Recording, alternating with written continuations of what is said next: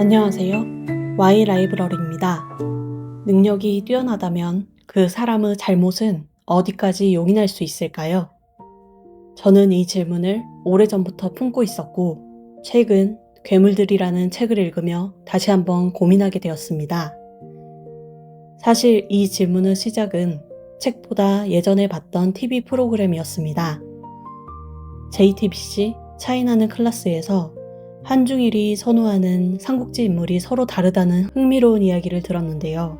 중국은 관우, 일본은 조운, 한국은 제갈량을 선호한다는 내용이었습니다. 물론 이것만으로 각 나라 사람들의 성향을 일반화할 수는 없을 겁니다. 그런데 저는 이 이야기를 듣다가 문득 한 가지 의문이 들었습니다. 우리는 왜 능력 있는 사람에게 끌릴까? 지력이 뛰어나고 실력이 뛰어나고 압도적인 결과를 만들어내는 사람에게 우리는 쉽게 감탄합니다. 그리고 자연스럽게 또 다른 질문으로 이어졌습니다. 만약 그렇게 뛰어난 사람에게 인성적인 문제나 결함이 있다면 우리는 그때도 같은 기준으로 판단할 수 있을까? 영화를 보면서도 비슷한 경험을 했습니다. 타짜의 고니 그리고 캐치미 이프 유캔의 프랭크 에버그네일. 두 사람 모두 도덕적으로 모범적인 인물은 아닙니다. 그런데도 우리는 그들의 재능과 자신감, 위기를 돌파하는 능력에 감탄합니다. 잘못을 알고 있으면서도 그 캐릭터의 매력을 느끼고 어느 순간 그들이 성공하기를 응원하는 자신을 발견하게 되죠. 그때 저는 저 사람은 나쁜 사람인가 라는 단편적인 생각보다 인간은 왜 이런 판단을 하게 될까 라는 의문을 품게 되었습니다. 그러다가 읽게 된 책이 알랭드 보통의 불안입니다. 이 책은 인간이 왜 능력과 성공 그리고 사회적 지위에 끌리는지를 설명해 줍니다.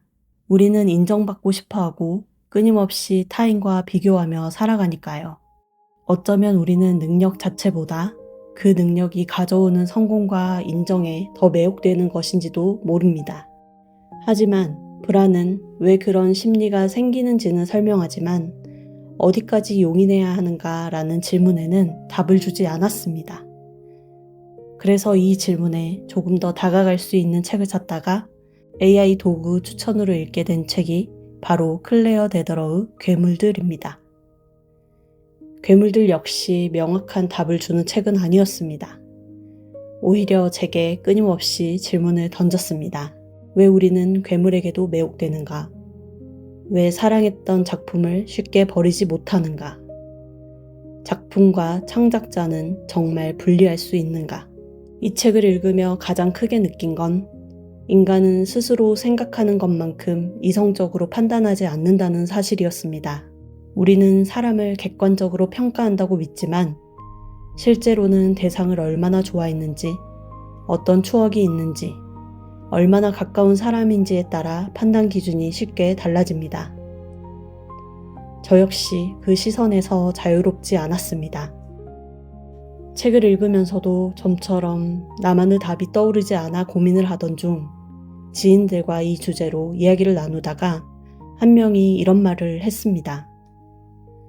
사람마다 임계점이 있는 것 같아. 저는 이 말이 오래 남았습니다.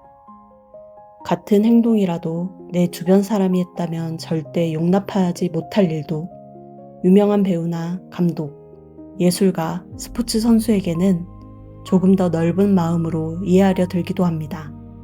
또 단순한 사생활 문제인지 명백한 범죄인지에 따라서도 기준은 달라지죠. 생각해보니 정말 사람마다 자신만의 임계점을 가지고 있었습니다. 괴물들은 예술가의 결핍과 자유, 충동, 그리고 때로는 야만성까지도 위대한 작품과 완전히 무관하지 않을 수 있다고 이야기합니다. 저 역시 어느 정도는 공감했습니다.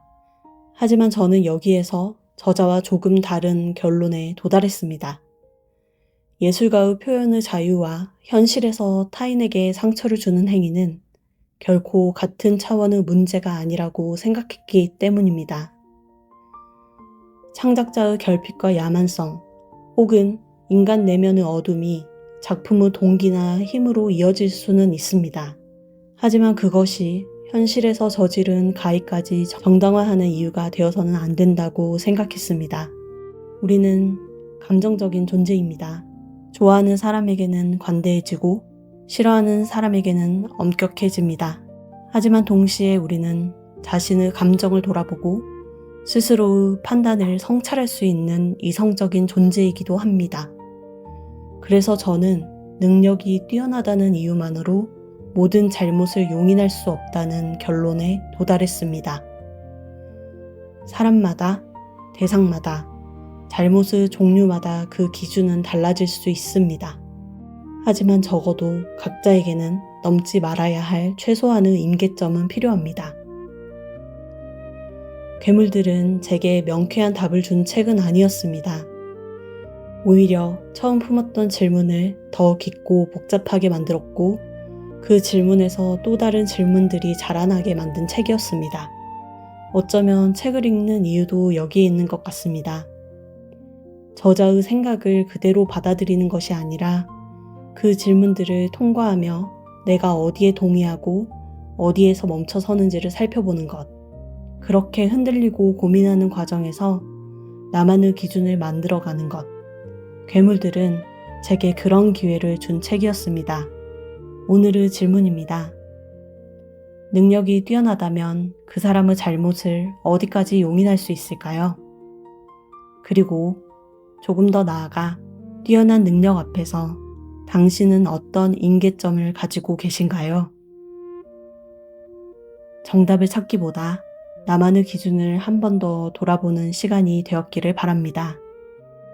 다음에도 생각할 거리가 있는 질문으로 찾아오겠습니다. 감사합니다.